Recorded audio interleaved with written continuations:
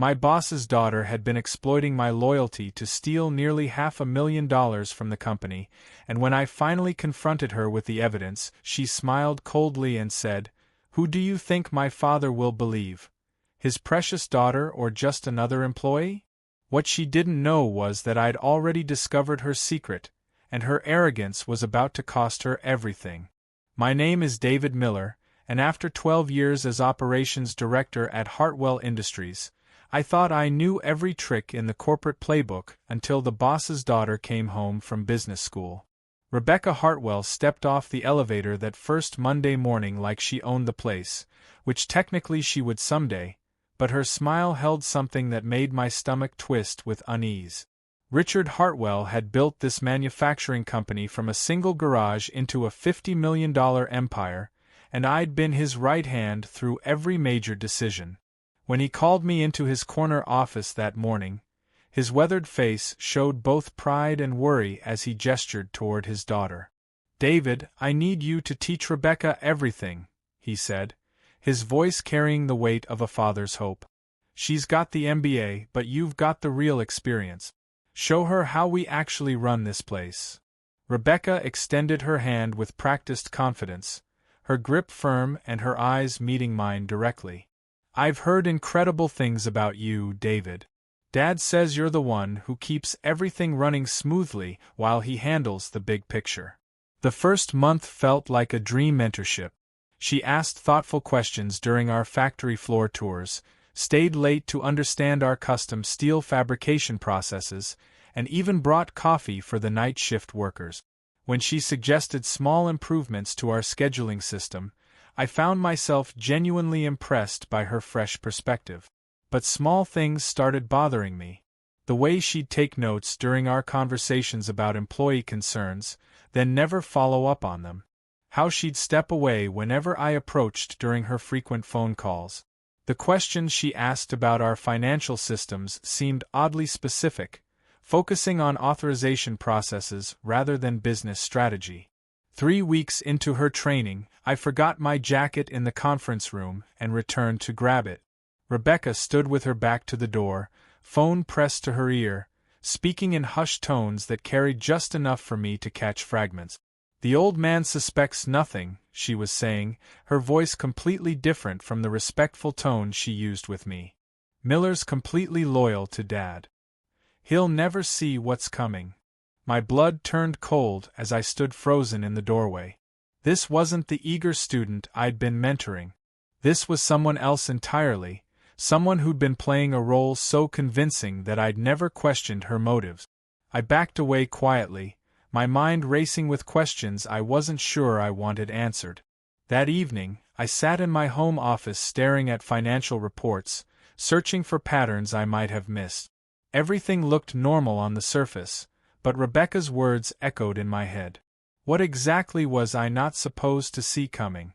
And why did I suddenly feel like I'd been walking into a trap that had been months in the making?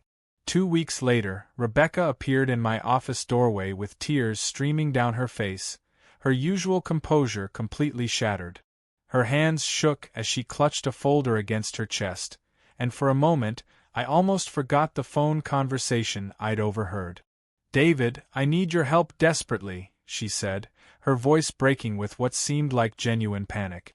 "I've made a terrible mistake with the Henderson manufacturing contract, and if Dad finds out, it will destroy our relationship forever." She explained through sobs that she'd accidentally promised Henderson a 15% discount on their quarterly order without getting proper authorization. The mistake would cost us nearly $200,000 in profit margins, money that would come directly out of our operating budget. "I know I have no right to ask this," she continued, sinking into the chair across from my desk, "but could you approve the discount through your operations authority? I'll find a way to make up the difference over the next quarter. You're the only person I trust enough to help me." Every instinct screamed warnings, but her desperation seemed so real. I'd watched Richard struggle with their relationship for years, seen his disappointment when she chose art history over business initially, witnessed his joy when she finally came home to join the company. The thought of being responsible for damaging that bond made my chest tighten. Against my better judgment, I approved the discount, restructuring 3 other contracts to absorb the financial hit.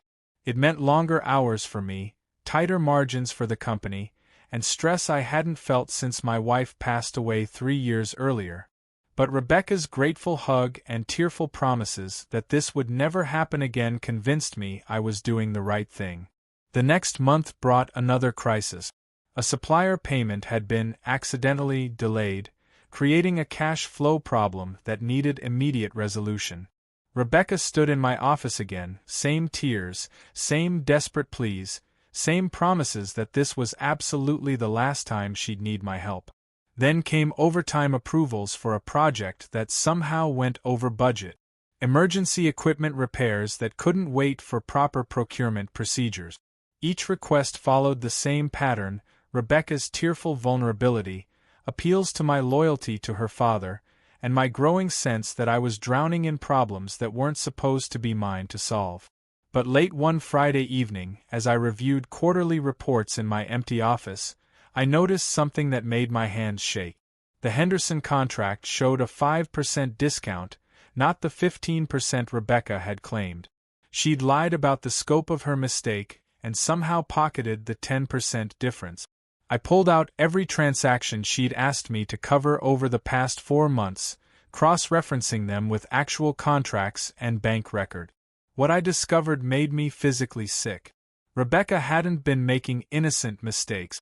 She'd been systematically stealing from the company, using my reputation and my relationship with her father as cover for nearly $400,000 in theft. The eager student, the grateful daughter, the vulnerable young woman who needed my help, it had all been an elaborate performance designed to turn my loyalty into her weapon. Monday morning arrived with Rebecca sitting calmly at the conference table. When I walked in, no tears this time, just a cold smile that told me she knew exactly why I'd asked for this meeting. The evidence folder in my hands felt heavier than it should have as I laid out bank statements, forged approvals, and altered contracts across the polished wood surface.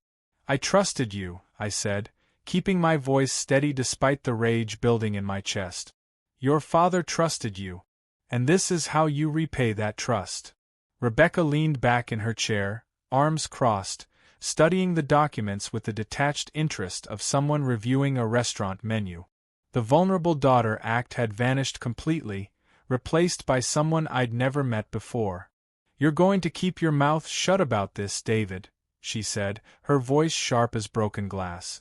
"Because if you don't, I'll tell my father that you've been stealing money from operations for months. Who do you think he'll believe, his daughter or just another employee?" I stared at her, stunned by the complete transformation. "You can't be serious. I have documentation showing your authorization on every single transaction," she continued, pulling out her own folder with a satisfied smirk. "Your signature, your employee access codes, your approval stamp. You're the one who signed off on everything, remember? You're the one who covered up all my supposed mistakes." The trap was perfect. Every piece of evidence that proved her guilt also made me look like either a co-conspirator or the actual thief. My loyalty and trust had been turned into weapons against me. "Besides," she added, standing and smoothing her skirt with practiced elegance, "Dad's been talking about retirement. He needs to know the company will be in capable hands. Your wild accusations would just prove you're trying to undermine the family transition." She walked toward the door, then paused to deliver her final blow. "I'm sure you'll make the smart choice, David. You always have been the practical type."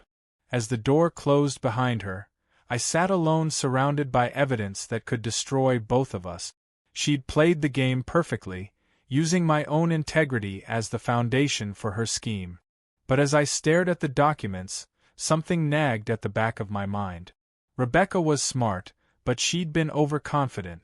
And overconfident people make mistakes. I gathered the papers slowly, my mind already working through possibilities she might not have considered. The game wasn't over yet. That evening, I sat in my home office with a cup of coffee growing cold beside me, studying every document Rebecca had given me during our months of supposed mentorship. She'd been thorough, but her arrogance had made her sloppy in ways she didn't realize.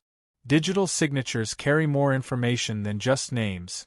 They include timestamps, IP addresses, and metadata that tell the real story of when and where documents were created. I called Marcus Webb, our head of information technology, and scheduled a meeting under the pretense of a routine security audit. Marcus was the kind of detail-oriented person who kept comprehensive logs of every system access, and he was always happy to show off his meticulous record-keeping. "These authorization patterns are interesting," Marcus said Tuesday afternoon, pulling up screens of data in his cluttered office. "Someone's been accessing the financial system during off-hours, making changes to contracts after they've been finalized and approved. That's definitely against company policy." I nodded, taking careful note. "Any way to trace exactly who was making those changes?" "Every keystroke gets logged," Marcus replied, his fingers dancing across the keyboard. "User identification, terminal location, mouse clicks, even the time spent on each screen. Whoever did this left a complete digital fingerprint." The evidence was overwhelming. While Rebecca had been careful to use my authorization codes, she'd forgotten that every action was tied to her specific computer terminal. The timestamps showed her making changes during meetings when I was verifiably with clients or in other parts of the building. Her MBA program apparently hadn't covered digital forensics. But I needed more than just technical evidence. I spent the next 3 days quietly reaching out to people Rebecca had interacted with during her time at the company. Sarah Chun in accounting mentioned strange requests for financial reports that seemed oddly specific. Mike Rodriguez in procurement talked about rush orders that bypassed normal approval processes. Each conversation added another piece to a puzzle that painted a picture of systematic manipulation. The breakthrough came when I discovered Rebecca's personal bank account information through a supplier payment she'd mistakenly processed to herself instead of a vendor. The account showed deposits that perfectly matched the discrepancies in our contracts, creating an undeniable money trail that even her father's love couldn't explain away. Friday afternoon, I made the call that would determine everything. Richard's personal assistant put me through immediately, and I requested a private meeting for Monday morning, just the two of us, no agenda, marked confidential in his calendar. Richard deserved to hear the truth from someone who respected him enough to let him decide how to handle it. That weekend, my phone buzzed with a text from Rebecca. "Hope you're having a relaxing weekend, David. Looking forward to continuing our productive partnership next week." The message was clearly meant to remind me of the power she thought she held over me. But power built on lies crumbles fast when the truth comes out, and I'd built a case that would expose every aspect of her deception. I spent Sunday evening organizing my evidence into a clear, logical presentation. Bank records, digital logs, witness statements, and timeline analysis that showed the systematic nature of her theft. More importantly, I documented how she'd manipulated my emotions and exploited my loyalty to Richard to accomplish her goals. As I prepared for Monday's conversation, I felt something I hadn't experienced in months, a sense of purpose that went beyond personal vindication. This wasn't just about exposing Rebecca's crimes. It was about protecting the company Richard had spent his life building and the employees who depended on Hartwell Industries for their livelihood. Rebecca had taught me an important lesson about trust and verification. She'd also underestimated the determination of someone who'd spent 12 years learning every aspect of the business she thought she could easily manipulate. Her biggest mistake wasn't the digital trail she'd left behind, it was assuming that loyalty meant stupidity, and that kindness meant weakness. Monday morning would reveal which one of us had truly understood the game we'd been playing. Monday morning hit like a thunderbolt when I walked into Richard's office to find Rebecca already there, sitting across from her father's desk with a manila folder in her lap and an expression that made my blood run cold. She'd beaten me to the punch, and the satisfied smirk on her face told me she'd already started spinning her version of events.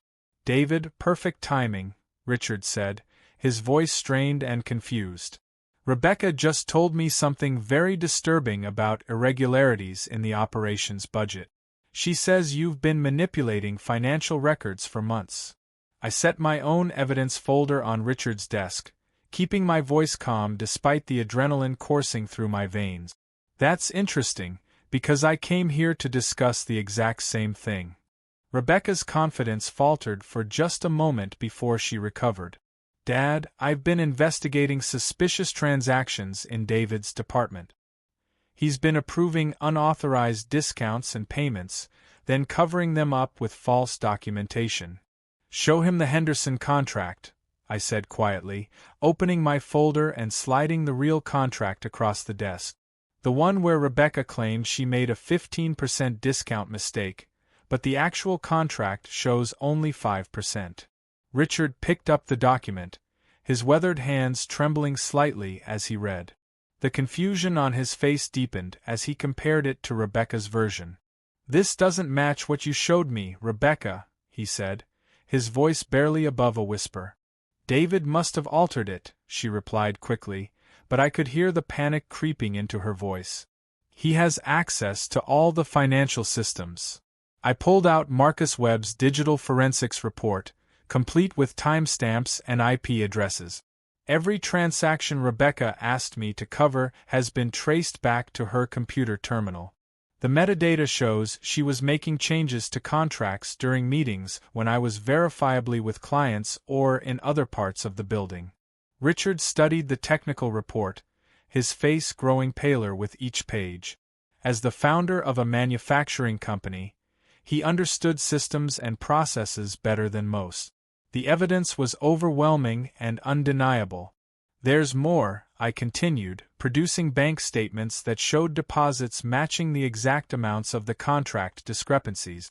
These payments went directly to an account in Rebecca's name. The room fell silent except for the sound of papers rustling as Richard reviewed each piece of evidence. Rebecca sat frozen in her chair, her carefully constructed lies crumbling around her. $400,000, Richard finally said, his voice hollow. "You stole $400,000 from the company I spent my life building." "Dad, you have to understand," Rebecca began, tears now flowing freely. "I was under so much pressure to prove myself. The MBA program was expensive, and I had debts you didn't know about. I was going to pay it all back once I took over operations." "By stealing more?" I asked, unable to keep the disgust out of my voice. Richard stood and walked to the window overlooking the production floor where his employees were starting their Monday shift. These were people who'd worked for him for decades, families who depended on the company's success for their livelihood. "You used David's loyalty against him," Richard said without turning around. "You manipulated his respect for our family to cover your crimes." "I made mistakes," Rebecca admitted, "but David should have questioned my requests instead of blindly following them."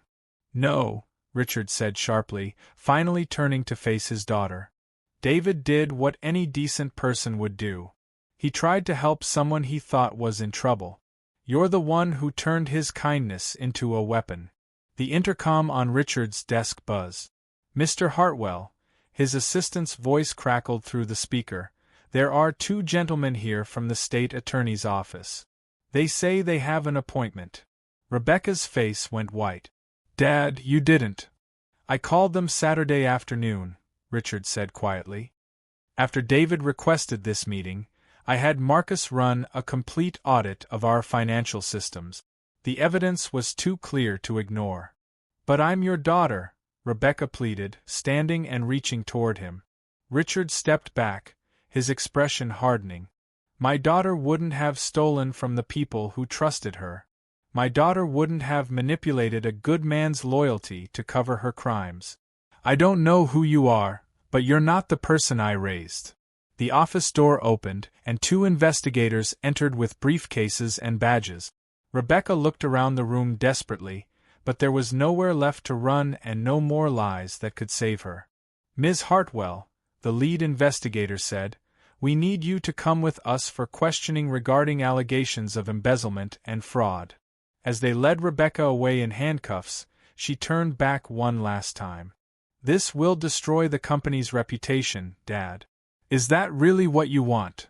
Richard watched his daughter disappear through the doorway, his shoulders sagging under the weight of betrayal and disappointment. "What destroys a company's reputation," he said to the empty room, "is letting thieves run it." 8 months later, I stood in the same conference room where Rebecca had first threatened me, but now it buzzed with excitement as department heads received news of the company's best quarterly performance in 5 years. The money Rebecca stole had been recovered through asset seizure and restitution payments, allowing us to restore employee bonuses and fund long-overdue equipment upgrade. Richard had aged visibly during the legal proceedings, but there was a new strength in his leadership. He'd chosen to testify against Rebecca during her trial, a decision that cost him his relationship with his only child but saved the jobs of over 200 employees. "David," he said, approaching me after the meeting ended, "walk with me." We strolled through the factory floor, past machines humming with productive energy and workers who'd regained their faith in the company's integrity. The atmosphere felt different now, lighter somehow, as if a dark cloud had finally lifted. "The board made their decision about the succession plan," Richard said as we reached his office. "They want you to take over as chief executive officer when I retire next year." I stopped walking, stunned by the announcement. "Richard, I'm honored, but I never expected." "You proved something during this crisis that can't be taught in business school," he interrupted. "You showed integrity under pressure, loyalty without blindness, and the courage to do what's right even when it was difficult." He handed me an envelope containing the formal offer, a promotion that represented not just financial advancement, but recognition of values that seemed increasingly rare in corporate America. "Rebecca called me yesterday," Richard said quietly. "From prison. She wanted to know if the company survived the scandal." "What did you tell her?" "That we're stronger than ever. That honest people don't need to fear the truth, and that trust, once properly placed, can move mountains." I thought about Rebecca's final threat during her arrest, that exposing her crimes would destroy the company's reputation. Instead, our transparent handling of the situation had earned respect from clients and employees alike. Several major contracts had been renewed specifically because our clients appreciated our commitment to ethical business practices. "You know what the irony is?" Richard continued. "Rebecca always complained that I never gave her real responsibility. But the first time I trusted her with something important, she chose to steal from the very people she was supposed to lead." My phone buzzed with a text from an unknown number. "Hope you're happy, David. You destroyed my life." I showed the message to Richard, who shook his head sadly. "She still doesn't understand. She destroyed her own life the moment she decided that loyalty was something to exploit rather than earn." I deleted the message without responding. Some people learn from their mistakes and become better. Others learn only how to blame everyone else for the consequences of their choices. I'd learned which type of person I wanted to be, and more importantly, which type of people I wanted to surround myself with. "There's something else," Richard said, pulling out a framed photo from his desk drawer.